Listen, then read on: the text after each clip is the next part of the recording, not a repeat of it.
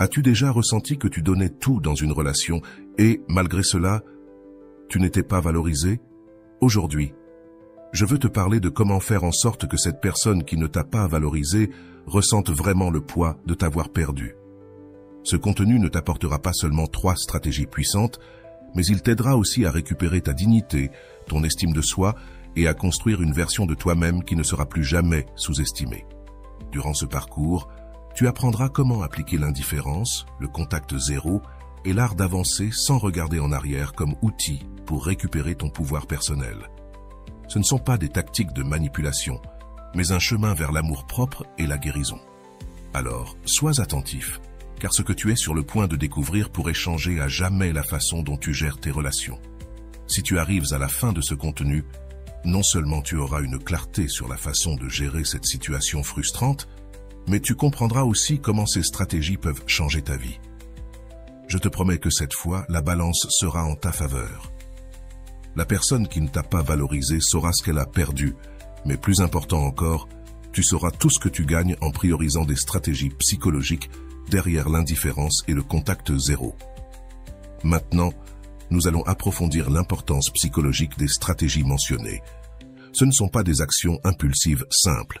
Elles sont soutenues par des principes fondamentaux qui ont été étudiés par des experts comme Freud, Jung et, plus récemment, Rolando Goicoechea, qui apportent une perspective moderne et transformatrice. L'indifférence, une arme puissante pour changer la dynamique de pouvoir. Freud parlait de la transférence émotionnelle, un concept qui s'applique ici. En retirant ton énergie émotionnelle, tu cesses de nourrir le cycle de la dépendance émotionnelle. Freud disait que l'énergie psychique s'écoule là où l'attention se détourne. Lorsque tu choisis l'indifférence, tu ne coupes pas seulement cette source d'énergie pour l'autre personne, mais tu rediriges aussi cette énergie vers ton propre bien-être. Rolando renforce cette idée dans son travail sur l'amour-propre, affirmant que cesser de supplier n'est pas un châtiment mais un acte de dignité. La véritable victoire n'est pas que l'autre souffre, mais que toi, tu grandisses. En appliquant l'indifférence, tu montres que tu n'as pas besoin de l'approbation de cette personne pour te sentir complet. Le contact zéro. Guérir par la distance. Le contact zéro tel que défini par Gabriel Arana va au-delà de l'ignorance. C'est une coupure totale de la connexion. Carl Jung avait une phrase puissante. Ce que tu nies te soumet, ce que tu acceptes te transforme. En appliquant le contact zéro, tu acceptes la réalité que la relation était toxique ou déséquilibrée et tu prends des mesures actives pour te protéger. Rolando ajoute une nuance intéressante. Le contact zéro n'est pas pour faire souffrir l'autre. C'est pour que toi tu trouves la paix et récupères ton identité. C'est la pause nécessaire pour réécrire ta narration personnelle. Cette étape est cruciale pour briser les schémas destructeurs et établir de nouvelles limites émotionnelles. L'impact psychologique sur l'autre personne. Lorsque tu appliques ces stratégies, il y aura inévitablement une réaction. La personne qui t'a ignoré ou sous-estimé commencera à ressentir le vide de ton absence. Cela se produit parce que, comme l'explique Arana, lorsque quelqu'un perd le contrôle qu'il avait sur toi, son ego se déstabilise. Ce n'est pas ta responsabilité d'apaiser ce malaise. Ton seul engagement est envers toi-même. Pourquoi ces stratégies te bénéficient-elles plus qu'à eux? La clé de ces 2 stratégies est qu'elles fonctionnent en ta faveur, pas contre l'autre personne. Comme le souligne Goicoechea, le véritable pouvoir réside dans le fait de savoir que tu peux t'éloigner, non parce que cela ne t'importe pas, mais parce que ton bien-être t'importe plus. C'est un rappel que les relations doivent ajouter de la valeur à ta vie, pas en retirer. L'effet psychologique de renforcer ton estime de soi. En pratiquant l'indifférence et le contact zéro, tu commences à renforcer un nouveau schéma émotionnel. L'amour-propre. Erich Fromm, dans son livre « L'art d'aimer », mentionne que l'amour de soi n'est pas un acte égoïste. C'est la base pour aimer les autres de manière authentique.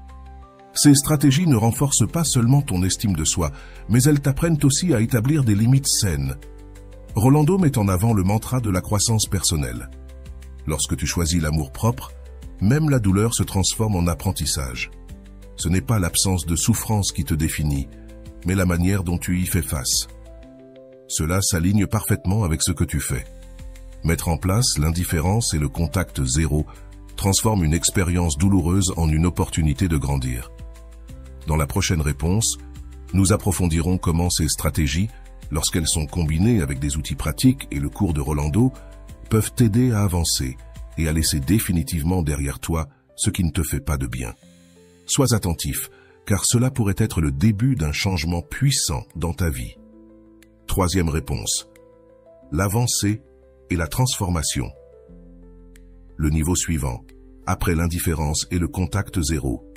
Une fois que tu as appliqué l'indifférence et le contact zéro, il est temps de te concentrer sur l'essentiel. Avancer et ne pas regarder en arrière. C'est l'étape où tu cesses de te définir par ce que tu as perdu et tu commences à construire quelque chose de nouveau. C'est ici que le véritable changement se produit, non seulement dans ta vie émotionnelle, mais aussi dans ta mentalité générale.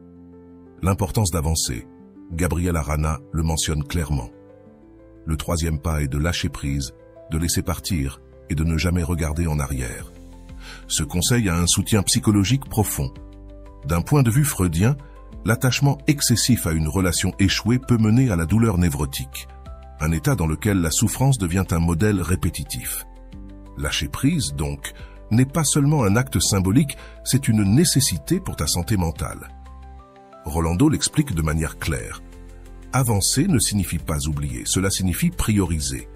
C'est te choisir toi-même au-dessus des souvenirs, des attentes et des peurs.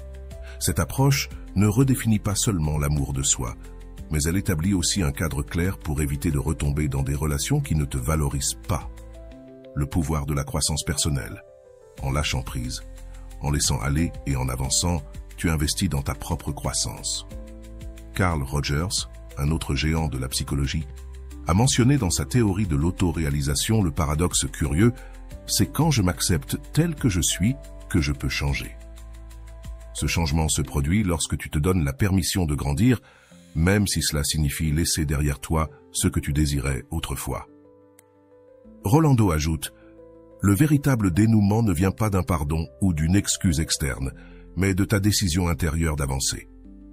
Ce point est essentiel, car il te rappelle que tu n'as besoin de rien de l'autre personne pour guérir. Tout ce dont tu as besoin est déjà en toi. Outils pratiques pour avancer. C'est ici que tu peux intégrer des ressources pratiques, comme le défi d'amour-propre de Rolando.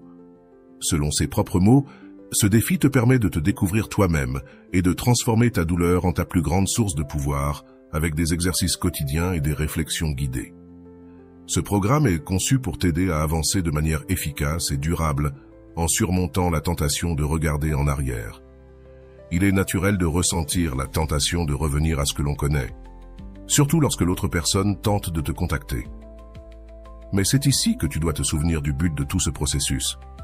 Comme le dit Rolando, quand quelqu'un revient, ce n'est pas toujours par amour. Parfois, c'est par ego, confort ou peur de la solitude. Ne permets pas que ces raisons te détournent de ton chemin vers une vie plus épanouie. L'impact d'avancer dans ton environnement social, ton avancée ne te bénéficie pas seulement à toi, mais aussi aux personnes qui t'entourent.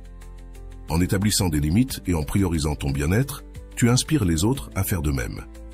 Cela crée un cercle vertueux dans lequel les relations dans ta vie sont basées sur le respect et l'équilibre. Un nouveau départ. Avancer ne signifie pas oublier ce qui s'est passé. Cela signifie en tirer des leçons. Comme l'explique Goicoechea, chaque relation échouée est une leçon déguisée.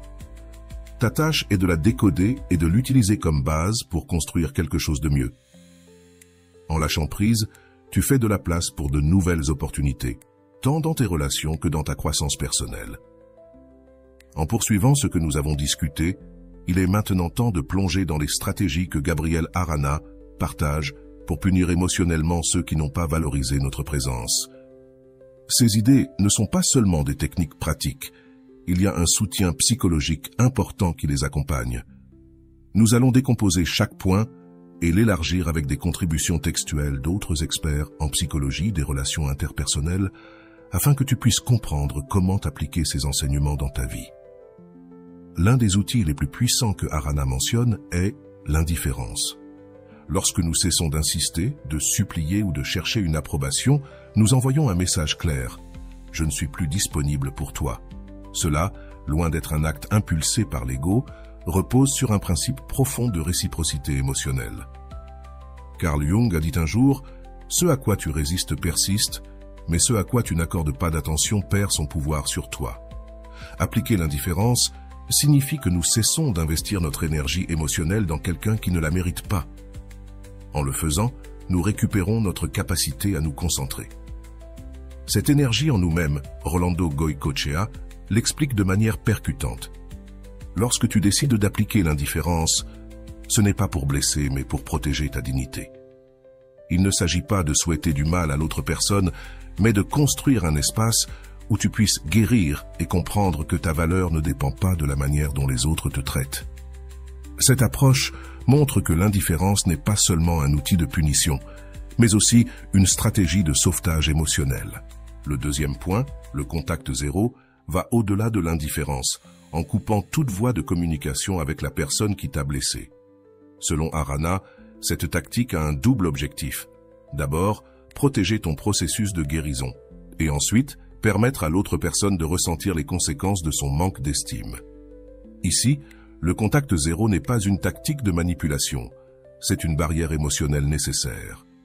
Lorsque tu coupes le contact, tu dis à l'autre que tu n'as pas peur de le perdre, car tu t'as déjà toi-même. Goycochea a également abordé l'importance d'établir des limites claires pour protéger notre stabilité émotionnelle.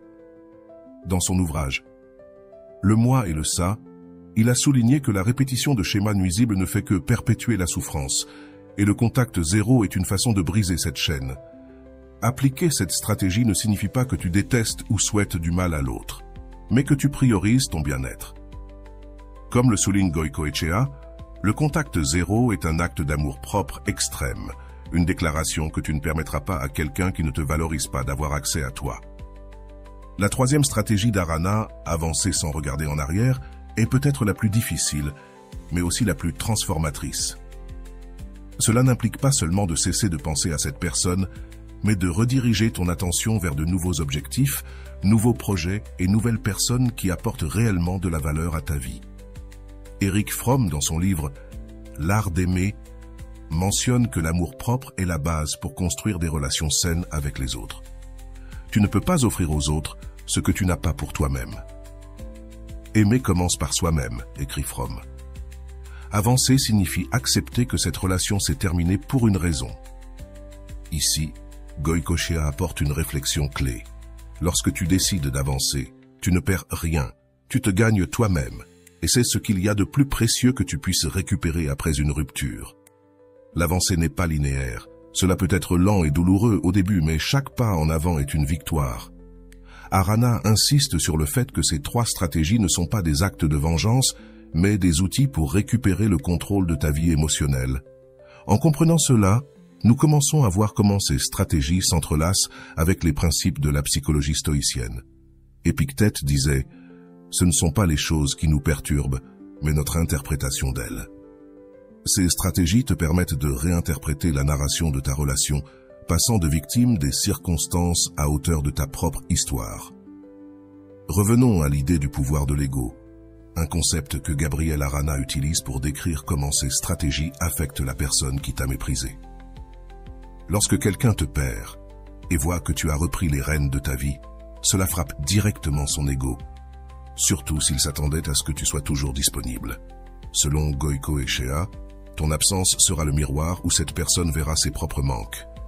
Cet effet ne se produit pas immédiatement et ne doit pas non plus être ton objectif principal. Ce qui est important, c'est de te concentrer sur toi-même. Lorsque tu appliques ces stratégies depuis un endroit d'amour propre, comme l'explique Goycochea, tu transformes la souffrance en apprentissage.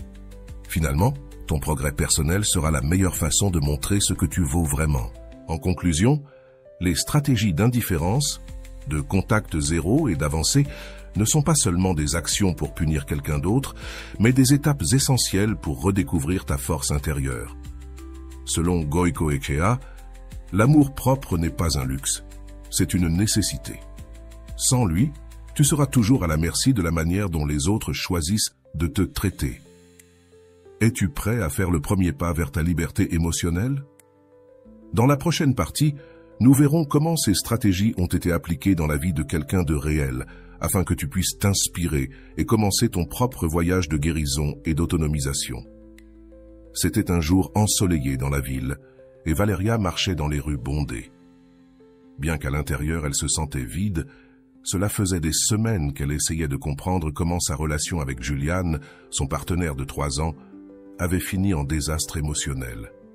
Julian, qui à un moment donné semblait être le compagnon idéal, avait montré une indifférence et un manque d'intérêt qui avaient lentement érodé l'estime de soi de Valeria. Maintenant, le cœur brisé mais avec un nouveau but, elle décida qu'il était temps de prendre le contrôle de sa vie. Valeria se souvint des mots de sa meilleure amie Carolina. « Parfois, le meilleur amour que tu puisses donner est celui que tu te donnes à toi-même. » Ces mots résonnaient dans son esprit alors qu'elle repassait les conseils qu'elle avait entendus dans une vidéo sur la manière de gérer les ruptures et de retrouver l'amour de soi. Elle décida qu'elle ne resterait pas prisonnière de la douleur, à attendre des excuses ou un signe de repentance de la part de Julian. S'il ne l'avait pas valorisée lorsqu'elle était présente, il était temps de lui prouver, ainsi qu'à elle-même, qu'elle pouvait être heureuse sans lui. Le premier pas fut d'appliquer l'indifférence, un concept qui, au départ, lui semblait compliqué. Comment pouvait-elle être indifférente envers quelqu'un qui avait compté tant pour elle? Cependant, Valeria comprit que l'indifférence ne signifiait pas haïr ou ignorer ses émotions, mais cesser de laisser Julian dicter son humeur. Elle cessa de l'appeler, de lui envoyer des messages et, plus important encore, de consulter ses réseaux sociaux. À la place, chaque fois qu'elle ressentait la tentation de savoir quoi que ce soit sur lui, elle se répétait « Mon temps est précieux, et je ne vais pas le gaspiller pour quelqu'un qui n'a pas su l'apprécier. » Dans les premiers jours, Valeria ressentait un mélange d'anxiété et de libération. Il y avait des moments où son téléphone semblait l'appeler, l'invitant à briser sa propre règle. Mais peu à peu, elle se rendit compte que ne pas céder à ses impulsions la rendait plus forte. Chaque fois qu'elle réussissait à rester ferme, c'était comme une petite victoire personnelle. Julian, de son côté, commença à remarquer le changement. Il ne recevait plus les messages de bonjour qui étaient devenus constants, ni les longues explications de Valeria sur ce qu'elle ressentait ou à quel point il lui manquait. À la place, il trouva un silence accablant qui le déstabilisa. Pour la première fois, il commença à se demander s'il avait perdu quelque chose d'important, mais Valeria n'avait pas de temps pour ça. Elle était occupée à se reconnecter avec elle-même. Le prochain pas qu'elle prit fut d'appliquer le contact zéro. Cette décision fut encore plus difficile, car elle signifiait éliminer toute trace de Julian dans sa vie quotidienne. Elle bloqua son numéro, supprima les photos et les cadeaux qui lui rappelaient, et se débarrasse même des playlists qu'ils avaient créées ensemble. Ce fut un acte symbolique mais puissant, comme fermer une porte qui était restée ouverte pendant longtemps.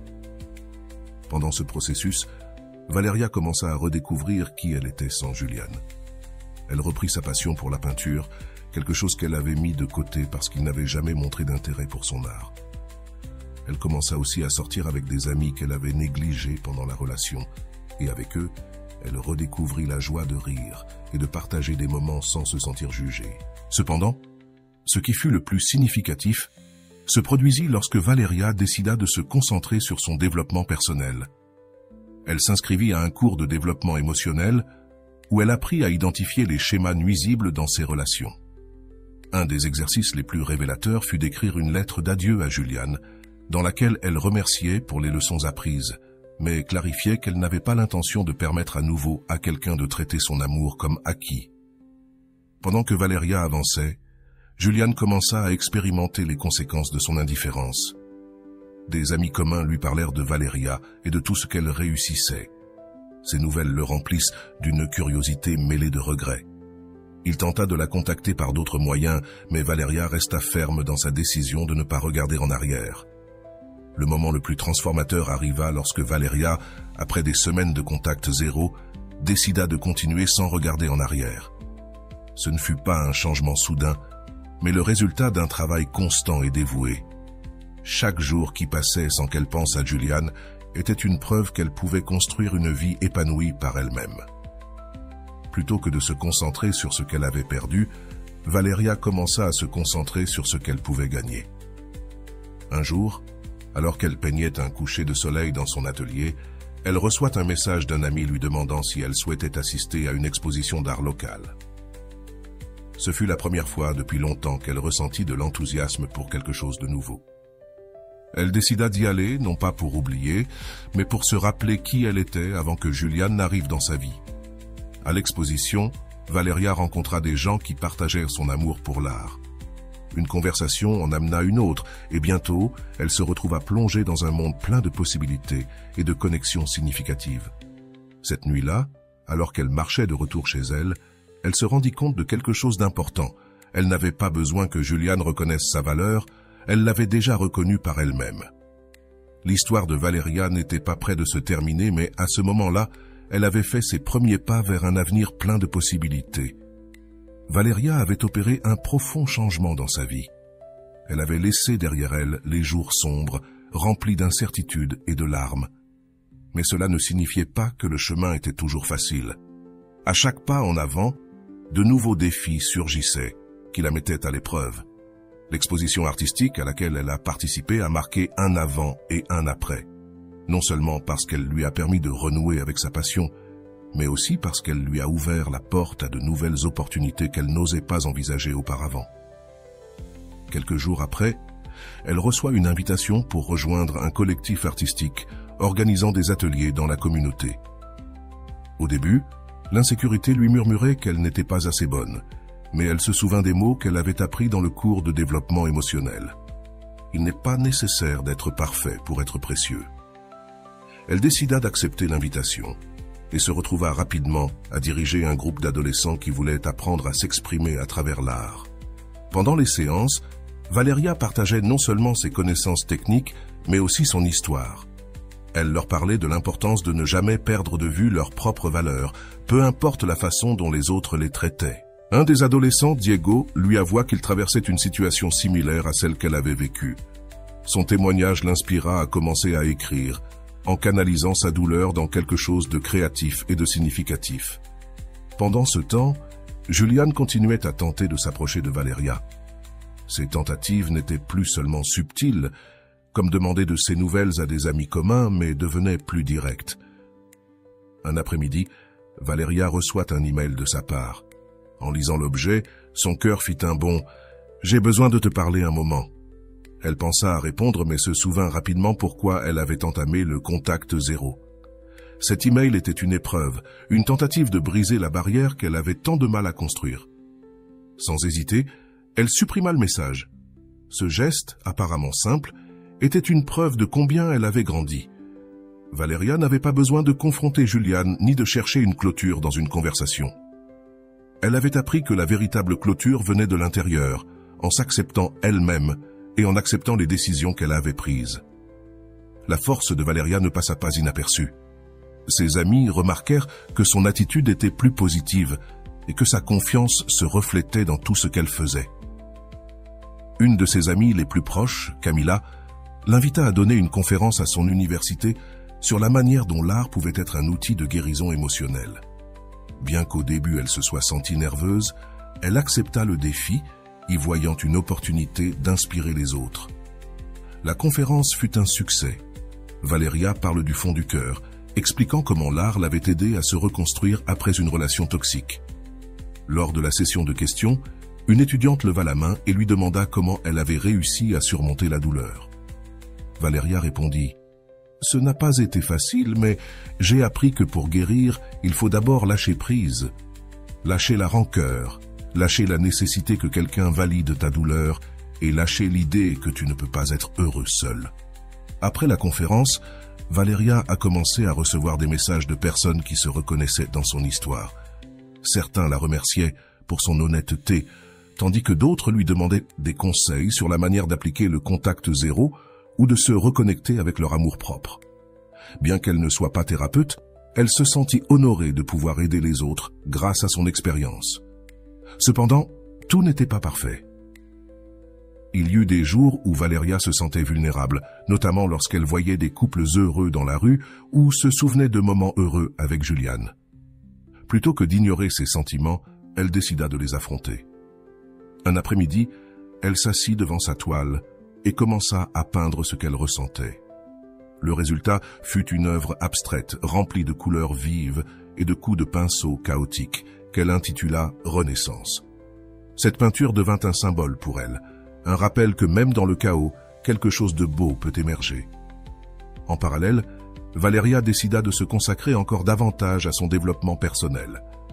Elle s'inscrivit à une retraite de mindfulness où elle apprit à méditer et à vivre pleinement l'instant présent. Lors d'un des exercices, on lui demanda d'écrire une lettre à son moi du passé. Dans cette lettre, Valeria exprima le pardon qu'elle avait tant désiré, non seulement envers Juliane, mais aussi envers elle-même, pour avoir permis à quelqu'un de la traiter avec si peu de respect. Cette lettre devint un tournant. En la lisant à haute voix devant le groupe, elle sentit une lourde charge se dissiper. Pour la première fois, elle se permit de pleurer, non pas de tristesse mais de soulagement. Il était temps de laisser derrière elle toute la douleur et d'avancer avec légèreté. Au retour de la retraite, Valeria réalisa que quelque chose avait changé. Elle ne ressentait plus le besoin de prouver quoi que ce soit à personne, encore moins à Juliane. Elle avait trouvé une paix intérieure qui ne dépendait ni des opinions, ni des actions des autres. Cette paix était son plus grand accomplissement, et personne ne pouvait la lui ôter. Au fil des mois, Valeria continue à construire sa nouvelle vie. Le collectif artistique auquel elle participait se développa, et ses ateliers commencèrent à gagner en reconnaissance dans la communauté. Elle reçoit également des invitations pour exposer son art dans différents lieux culturels, ce qui, autrefois, semblait être un rêve lointain, était désormais sa réalité. Un jour, alors qu'elle marchait dans le parc, elle croisa soudainement Juliane. Il s'arrêta et la regarda avec une expression mêlée de surprise et de regret. Un instant, Valeria pensa qu'il allait s'approcher, mais au lieu de cela, il baissa simplement les yeux et continua à marcher. Cette interaction, bien que brève, fut un rappel du chemin parcouru. Elle n'avait plus besoin de le confronter, ni de chercher des explications. Son silence et son indifférence parlaient d'eux-mêmes. Cette nuit-là, Valeria écrivit dans son journal « Aujourd'hui, j'ai compris que le vrai pouvoir ne réside pas dans le fait de changer les autres, mais de se changer soi-même. Juliane peut ou non regretter ce qu'il a fait, mais ce n'est plus mon problème. Ma vie ne tourne pas autour de lui et c'est là ma plus grande victoire. » À chaque étape, Valeria continuait de prouver que le pouvoir de s'éloigner n'était pas seulement une stratégie, mais une manière de se retrouver soi-même. Son histoire n'était pas terminée, mais à ce moment-là, elle savait qu'elle était exactement là où elle devait être. Valeria poursuit son chemin, certaine que chaque pas la rapprochait de la vie qu'elle avait toujours méritée, une vie pleine de sens, d'amour-propre et de paix. L'exposition de ses œuvres devint un événement récurrent, attirant des personnes de toute la ville. Sa peinture « Renaissance » devint un symbole pour ceux qui cherchaient de l'inspiration dans son histoire, et bientôt, des invitations commencèrent à affluer pour qu'elle prenne la parole dans d'autres espaces. L'une de ces invitations fut particulièrement spéciale. Un institut travaillant avec des femmes en situation de vulnérabilité voulait qu'elle partage son expérience. Valeria accepta sans hésiter, sachant que bien que son parcours ait été difficile, son témoignage pourrait être une lumière pour celles qui se trouvaient encore dans l'obscurité. Le jour venu, elle se retrouva face à un groupe de femmes qui la regardaient avec des yeux pleins d'espoir. Dans sa voix, il n'y avait aucune trace de peur, seulement de l'authenticité. « Je ne vais pas vous mentir », commença-t-elle. « Il y a eu des moments où j'ai cru que je ne pourrais pas aller de l'avant, mais j'ai compris quelque chose de fondamental. Personne ne peut vous donner la valeur que vous vous donnez vous-même. C'est pourquoi je suis ici. » Elle est là pour leur dire que vous pouvez aussi réclamer votre pouvoir, s'éloigner. Ce n'est pas fuir, c'est se sauver. Ces mots ont résonné dans la salle. Plusieurs femmes se sont approchées après pour la remercier et l'une d'elles lui a avoué qu'elle pensait depuis des mois à sortir d'une relation toxique, mais qu'elle ne savait pas comment.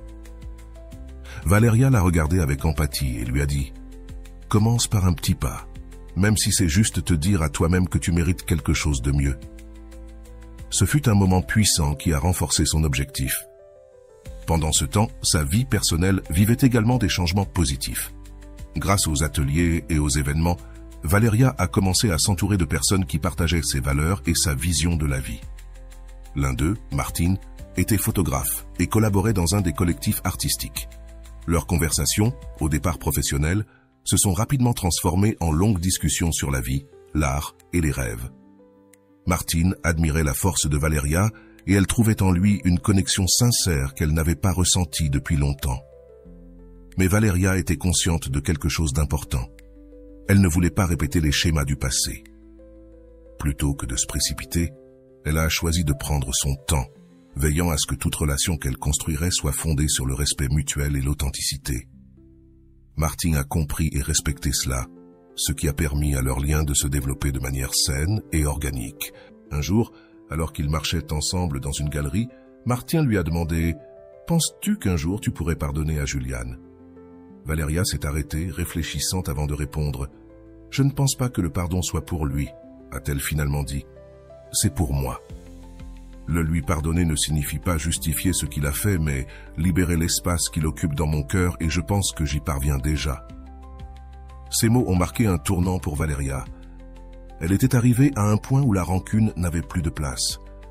Sa vie était remplie de nouveaux projets, d'amitiés sincères et surtout d'une relation solide avec elle-même. C'était son plus grand accomplissement. Un après-midi, alors qu'elle préparait des matériaux pour un de ses ateliers, elle reçut un appel inattendu de son amie Camilla. « Valeria, il y a une opportunité incroyable », dit-elle excitée. « Un festival international cherche des artistes pour exposer et je pense que tu devrais participer. » Valeria hésita un moment, mais se souvint du mantra qui l'avait guidée tout au long de son processus. « Je mérite tout ce que la vie a de meilleur. » Elle décida d'envoyer son portfolio. Quelques semaines plus tard, elle reçut la nouvelle qu'elle avait été sélectionnée. Le festival avait lieu dans un autre pays, ce qui signifiait qu'elle allait encore sortir de sa zone de confort. Mais cette fois, au lieu de peur, c'était l'excitation qu'elle ressentait. C'était une opportunité de montrer au monde non seulement son art, mais aussi l'histoire qui se cachait derrière. Le jour du voyage, en regardant par la fenêtre de l'avion, elle réfléchit à tout ce qu'elle avait vécu. Chaque larme, chaque moment de doute et chaque pas en avant l'avaient menée jusqu'ici. Le pouvoir de s'éloigner ne m'a pas seulement sauvée, pensa-t-elle, il m'a aussi transformée. Au festival, son œuvre fut reçue avec des applaudissements et de l'admiration. Mais ce qui la toucha le plus fut d'entendre une jeune femme lui dire « Ton histoire m'a donné le courage de sortir d'une relation qui me détruisait. Merci d'être une inspiration. » À ce moment-là, Valeria comprit que son voyage n'était pas seulement le sien, mais qu'il était un phare pour d'autres qui cherchaient leur propre chemin vers la liberté. À son retour chez elle, elle trouva un message dans sa boîte aux lettres. C'était de Julian. En quelques lignes, il s'excusait pour tout le mal qu'il lui avait causé. Valeria lut ces mots calmement, mais ne ressentit pas le besoin de répondre. Elle ne cherchait plus sa validation. Elle avait trouvé tout ce dont elle avait besoin en elle-même. Cette nuit-là, en peignant, elle ressentit une profonde paix. Sa vie n'était pas parfaite, mais elle était authentique, et c'était tout ce qu'elle avait toujours désiré. En terminant le tableau, elle le regarda avec fierté et murmura « Ce n'est que le début ». Valeria avait appris que le véritable pouvoir ne réside pas entre les mains de ceux qui cherchent à vous contrôler, mais dans la décision de reprendre sa propre vie. Son histoire, bien qu'elle ait été pleine de défis, était un rappel qu'il existe toujours un chemin vers la lumière, et ce chemin commence par le courage de s'éloigner. L'analyse de l'histoire de Valeria nous permet de réfléchir sur la manière dont des décisions clés, comme l'acte de s'éloigner de situations ou de relations qui ne nous valorisent pas, peuvent transformer radicalement notre vie. D'un point de vue psychologique, on peut lier les événements de son voyage personnel sont liés à des concepts importants qui ont été explorés tant par des auteurs classiques que modernes, y compris Rolando, Arana, et des figures clés comme Freud, Jung, Fromm et Rizzo. L'importance du détachement émotionnel est soulignée par Rolando, qui mentionne que l'amour-propre ne se résume pas à de belles paroles, mais à des actions concrètes qui te positionnent comme ta priorité.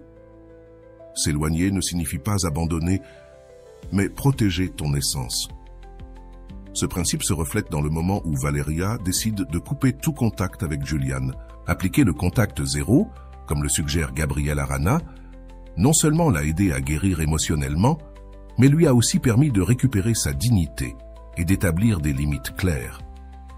Le détachement émotionnel n'est pas un rejet des sentiments, mais un acte de soin de soi qui nous permet de concentrer notre énergie là où elle compte vraiment.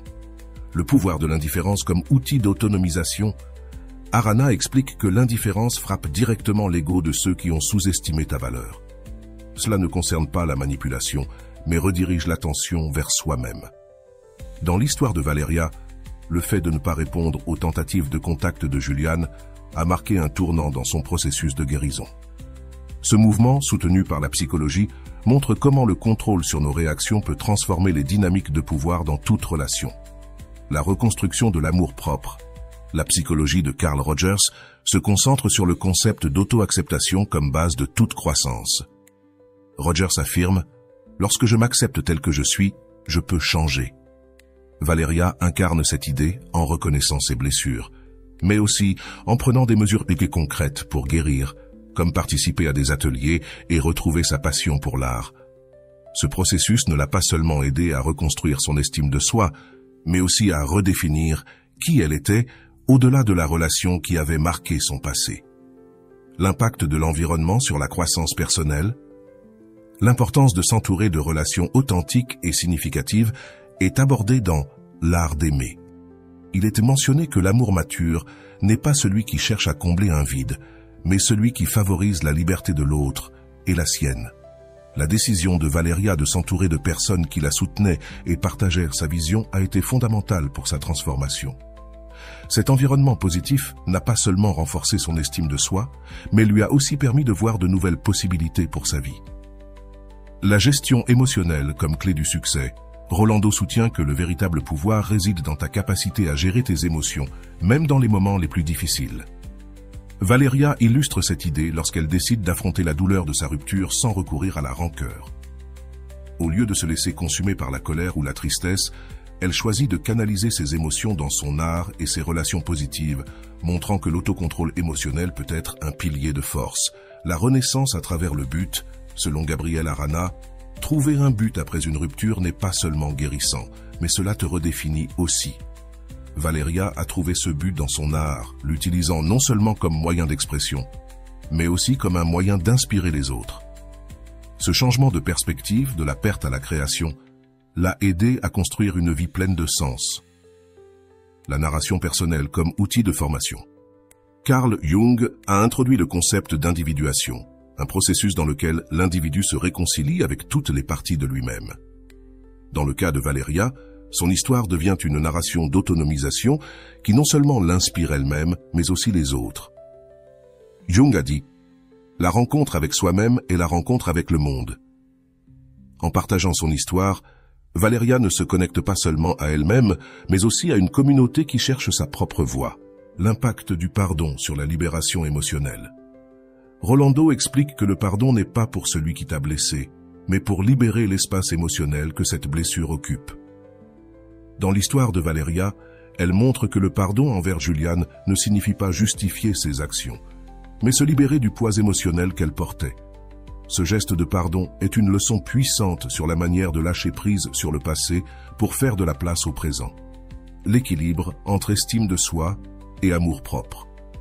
Walter Rizzo souligne que l'estime de soi se base sur ce que l'on fait bien, tandis que l'amour-propre te soutient lorsque tu échoues.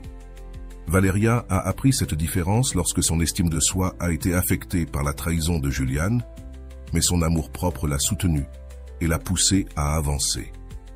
Cet équilibre a été essentiel pour sa croissance et sa résilience. Finalement, Rolando Goicoechea souligne que le plus grand cadeau de l'amour de soi est l'impact positif que l'on laisse sur les autres. Cela se manifeste lorsque Valeria inspire d'autres femmes avec son histoire et ses ateliers. Sa transformation ne l'a pas seulement bénéficié à elle, mais a également créé un cercle d'influence positive qui continue de croître. L'histoire de Valeria nous enseigne que s'éloigner n'est pas un acte de faiblesse, mais de force. Son voyage est un rappel que chacun d'entre nous a le pouvoir de se reconstruire, à condition de prendre les bonnes décisions et de prioriser son bien-être. Maintenant, nous t'invitons à réfléchir. Comment peux-tu appliquer ces leçons dans ta propre vie? Laisse tes pensées dans les commentaires et partage ton expérience. Et souviens-toi, le changement commence par le premier pas. l'analyse de l'histoire de Valeria devient un voyage profond vers la compréhension de la manière dont le pouvoir de s'éloigner et la reconstruction de l'amour de soi peuvent transformer radicalement nos vies. L'expérience met en lumière des principes clés qui vont au-delà de son histoire personnelle, offrant des enseignements pratiques pour toute personne confrontée à des situations similaires. Tout d'abord, l'acte de s'éloigner se révèle comme un mouvement libérateur. Gabriel Arana explique que l'indifférence et le contact zéro sont des outils essentiels pour rétablir ta valeur. Dans l'histoire de Valeria, cette stratégie redéfinit non seulement sa relation avec Julian, mais aussi avec elle-même. S'éloigner n'est pas seulement un retrait physique, mais une déclaration émotionnelle d'amour de soi qui établit des limites claires et saines. Cet acte démontre qu'à certaines occasions, se retirer est le geste le plus courageux pour préserver son intégrité personnelle. La reconstruction de l'amour de soi de Valeria illustre le concept que Rolando appelle la base suprême de la résilience. Il affirme que l'amour de soi ne concerne pas l'image que l'on a de soi dans le miroir, mais la manière dont on choisit de se traiter chaque jour. Valeria a appliqué ce principe en redécouvrant ses passions et en trouvant son but dans l'art. Cette approche de son développement personnel l'a renforcée émotionnellement et l'a aidée à redéfinir qui elle était en dehors de la relation qui l'avait marquée. Un autre point important est l'impact de l'environnement dans le processus de guérison. Comme le mentionne Erich Fromm dans L'art d'aimer, les relations authentiques sont celles qui favorisent la liberté et la croissance mutuelle. Valeria a choisi de s'entourer de personnes qui soutenaient son bien-être et partagèrent ses valeurs, ce qui a été fondamental pour sa transformation. Ce cercle positif ne l'a pas seulement encouragé, mais l'a aussi inspiré à devenir une influence positive pour les autres. De plus, la narration personnelle joue un rôle crucial dans l'autonomisation. Carl Jung décrit le processus d'individuation comme le chemin vers la réconciliation avec soi-même. Valeria a utilisé son histoire pour trouver son identité et partager son expérience avec d'autres. Cet acte de raconter son histoire a non seulement consolidé sa propre guérison, mais a aussi inspiré d'autres à chercher leur propre chemin de transformation. Le pardon émerge également comme un outil libérateur. Rolando explique que pardonner ne signifie pas justifier, mais libérer de l'espace émotionnel pour son bien-être. Valeria a compris cela en pardonnant à Julian, non pas comme un acte d'acceptation de ses erreurs, mais comme une étape pour lâcher prise sur le passé. Cet acte de pardon lui a permis de clore des cycles et d'avancer sans fardeaux émotionnels qui la retenaient. Enfin, la différence entre l'estime de soi et l'amour de soi ressort comme une leçon fondamentale. Walter Rizzo souligne que l'estime de soi peut fluctuer, mais l'amour de soi est la base inébranlable. Valeria a appris à se soutenir dans l'amour de soi lorsque son estime de soi a été affectée, prouvant que ce dernier est le pilier qui nous maintient debout, même dans les moments les plus difficiles. En conclusion, l'histoire de Valeria nous montre que le pouvoir de s'éloigner et de se prioriser ne redéfinit pas seulement les relations, mais aussi notre relation avec nous-mêmes. Ce récit n'est pas seulement une inspiration, mais un appel à l'action pour ceux qui cherchent une transformation similaire. Maintenant, c'est à toi de jouer. Comment expliquerais-tu ces enseignements dans ta vie? Partage ton expérience dans les commentaires et rejoins cette conversation sur le pouvoir de l'amour de soi et de la résilience. Et voilà, j'espère que vous avez trouvé beaucoup de valeur dans cette vidéo. Merci d'être resté jusqu'à la fin de cette vidéo. J'adore quand vous faites ça. Si vous en voulez plus, vous pouvez écrire en commentaire « J'en veux encore plus ». J'espère vous revoir dans une autre vidéo.